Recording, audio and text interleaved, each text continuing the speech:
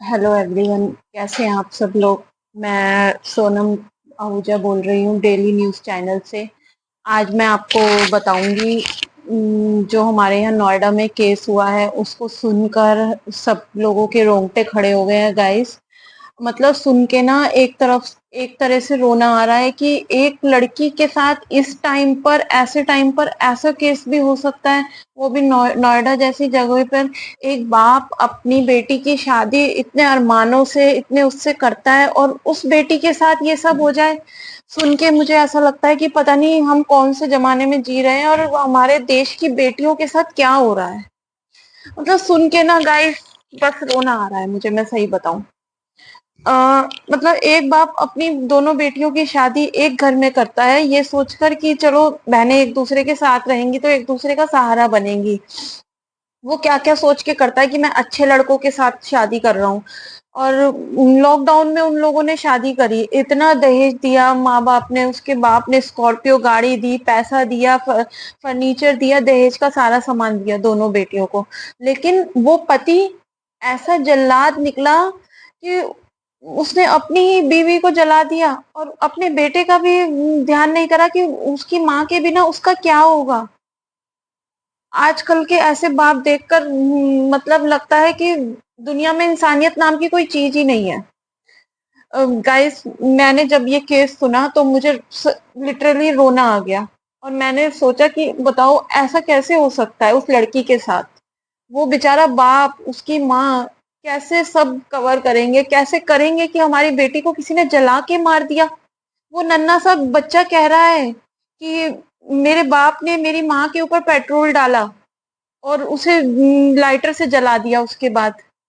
और वो बहन बेचारी देखती रह गई। और ये साजिश गाइस एक दिन में नहीं, कम से कम 15 दिन से चली आ रही थी, 15 दिन से बनाया जा रहा था। पहले उन्होंने दहेज की मांग करी, 2016 में शादी हुई और दिसंबर 2016 से फिर फरवरी में उन्होंने पैसों की मांग निरंतर शुरू करते गए कि हमें ये चाहिए, हमें अब इतने लाख चाहिए।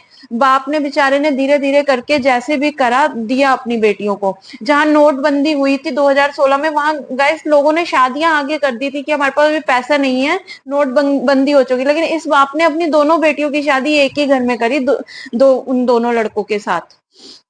गाइस लेकिन माँ बाप को क्या मिला, तब से मारपीट चली आ रही है और बेटियां बर्दाश्त कर रही हैं। एक दो बार घर में बाप को भी बुलाया गया कि भाई पंचायत भी बैठी, बड़े बुजुर्ग भी बैठे, प्रॉब्लम सॉल्व भी हुई। एक एक बार वो अपनी बेटियों को घर भी ले आए, लेकिन वो हाथ पैर जोड़ के कि अब आप भेज दीजिए, अब हम कुछ ऐसा नहीं करेंगे, उनकी माँ भी। लेकिन आने के बाद फिर वही सब कुछ शुरू हो गया।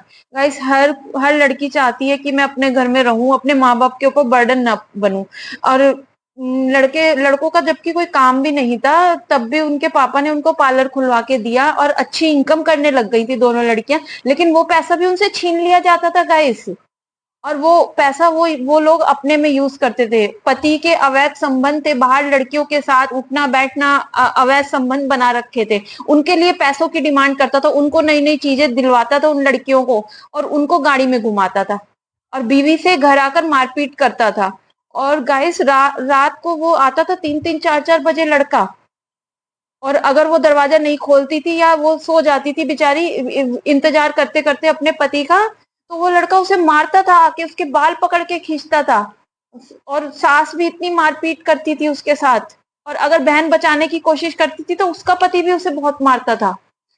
मतलब ये कहानी ऐसे चली आ रही है मारपीट से, 2016 से मारपीट हो रही है, मारपीट हो रही है। बाप बेचारा जाता है बार बार अपनी बेटियों को बचाने के लिए, लेकिन समझा के आता है, पंचायत पूरा पूरा वो लेती है इस चीज का कि अब आपकी बेटी को कोई नुकसान नहीं होगा, हम लेते हैं इस चीज का वो। और समाज भी इस चीज का वो लेता है, समाज ने इस चीज का पूरा वो लिया था कि भाई अब सब कुछ सही रहेगा। लेकिन कहाँ है आज वो समाज, कहाँ है आज वो पंचायत के बड़े बुजुर्ग जो जब उस लड़की को जलाया जा रहा था हमारे देश में, कहाँ है सब लोग, मुझे ये बताइए आपका इस कहाँ गई अब वो सब कुछ। सुन के ना गाइस ऐसा लग रहा है कि जैसे मतलब एक लड़की को, ये एक लड़की की बात नहीं है गाइस, ये हर दूसरी लड़की के साथ हमारे देश में हो रहा है। कभी कभी वो आरुषि हत्याकांड हो गया था, इतने कभी कुछ हो रहा है, कभी कुछ हो रहा है हमारे देश में। कभी लड़कों को मारा जा रहा है, कभी लड़कियों को मारा जा रहा है, कभी उनके साथ रेप किया जा रहा है। लेकिन कब कब सुधरेगा ये सब भगवान? कब सुधरेगा आप बताइए मुझे। मैं तो सिर्फ भगवान से बस यही प्रार्थना करूंगी कि उस लड़की की आत्मा को शांति प्रदान करे। बस दिल से यही प्रार्थना करूंगी। और जिसने भी उसे जलाया है, उस सास, उस माँ, उस जो सास होती है उसे हम माँ का दर्जा देते हैं, लेकिन ऐसी सास माँ कहलाने लायक है? ऐसा पति पति कहलाने लायक है? आप मुझे बताइए। ऐसा पति पति कहलाने लायक नहीं है। देवर को कहते हैं भाई मानो। ऐसे भाई माने हम देवर को? ऐसी सास को हम माँ माने? कैसे मान सकते हैं हम ऐसी सास को माँ? आप ये बताइए मुझे गाइस। ऐसी सास को कोई भी नहीं मान सकता माँ। ऐसी सास को, ऐसे पति को, जैसे उन्होंने उस लड़की को जलाया, उन्हें भी जलाकर मारना चाहिए। तब उन्हें पता चलेगा कि जलने से कितनी पीड़ा होती है शरीर में, क्या क्या होता है हमारे शरीर में जलने से। गाइस मैं बस यही प्रार्थना करूंगी और यही कहूंगी कि उस लड़की को पूरा इंसाफ मिलना चाहिए, और जिसने भी उसके साथ ये सब कुछ करा है, वो जो उसका हस्बैंड है और जो उसकी सास है, उन्हें कड़ी से कड़ी सजा देनी चाहिए। क्योंकि उसके पति को अभी भी एहसास नहीं है, अभी भी उसका बयान आ रहा है कि मुझे कोई अफसोस नहीं है इसे मारने का। और वो बच्चा बच्चा जो उसका 6 साल का बच्चा है, वो कहता है कि मेरी आंखों के सामने मेरी माँ को मारा गया है और मैं चाहता हूँ मेरे बाप को भी ऐसी जला के मारा जाए। इसलिए गाइस मैं सिर्फ यही कहना चाहूंगी अपने सब दोस्तों से कि ऐसी बिल्कुल भी कोई हरकत ना करें। आपकी भी कोई बेटी होगी, आपकी बेटी भी किसी और घर जाएगी, अगर उसके साथ ऐसा होगा तो कैसा लगेगा? वो भी किसी की बेटी थी जो आपके घर आई है। तो इसलिए बेटी को बेटी समझ के, बहू मत बनाइए, बेटी समझ के लाइए उसे अपने घर, तो वो भी आपको माँ समझेगी। बस यही प्रार्थना है मेरी आपसे कि उस लड़की को